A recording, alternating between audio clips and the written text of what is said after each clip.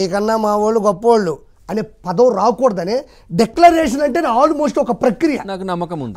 ఆ సంతకం పెట్టడం అంటేనే ఆ పెట్టరు, అది పెట్టారంటేనే వాళ్ళు విలువలు ఉన్న వ్యక్తులు. నిజంగా చెప్పాలని చాలా మంది ఈ ముస్లిం సోదరులు చాలా మంది వెళ్తారు వెంకటేశ్వర స్వామి పోయమ్మా సార్, మంది పోయి చాలా మంది, నాకు తెలిసిన వాళ్ళు కొన్ని వందల మంది వెళ్తారు. మా అటువైపు కడప జిల్లాలో అదంతా మా అల్లుడు అంటారు కదా వెంకటేశ్వర స్వామి, అల్లుడు అంటారు, అందరూ వెళ్తారు.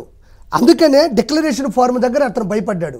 ఇంకోటి ఏంటంటే డిక్లరేషన్ ఫార్మ్ దగ్గర భయపడ్డాడు, అక్కడ వ్యక్తిగా బయటపడ్డాడు. భయపడ్డాడు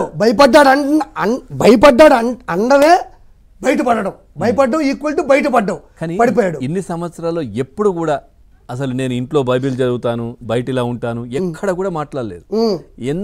ఎంతమంది మాట్లాడినా కానీ ఇప్పుడు బయటపడ్డారు. సార్ అతను వాస్తవంగా క్షమించాలి, తప్పుగా అనుకోవద్దు. కరుడు కట్టిన క్రిస్టియన్ అంటే, కరుడు అంటే అది తప్పుగా అనుకోబాకండి.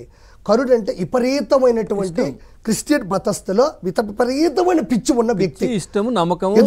చిన్న విషయం చెప్పొచ్చు సార్, మనం ఎప్పుడైతే వెంకటేశ్వర స్వామికి సతీ సమేతంగా ఎవరి ఏ చీఫ్ మినిస్టర్ అయినా ఇప్పటి వరకు ఉన్న ప్రతి చీఫ్ మినిస్టరు ఆయన భార్యతో కలిసి పైకెళ్ళి పంచేయి కట్టుకొని పైకెళ్ళి పట్టు వస్త్రాన్ని సమర్పిస్తారు. ఇది అనాది కాలకంగా కొన్ని వందల సంవత్సరాల నుంచి ఇప్పుడు మనకి తర్వాత సీఎం రాకమని అంత ముందో ఏదైనా కానీ కొండ మీదకి వెళ్ళి ఇవ్వడం అనేది పద్ధతి. ఇది ఒక పద్ధతి, ఇది ఒక పరిస్థితి, ఆచారం ఇది. అలాంటిది కింద సెట్ వేసి 5 కోట్ల రూపాయలు సెట్ వేసి ఈయన భార్య కూర్చోబెట్టుకుంటే కేవలం బావా నువ్వు పైకి వెళ్ళు, యాక్టింగ్ చేయి, నేను వస్తే దొరికిపోతా. నీ అంత యాక్టింగ్ కాదు బావా, నేను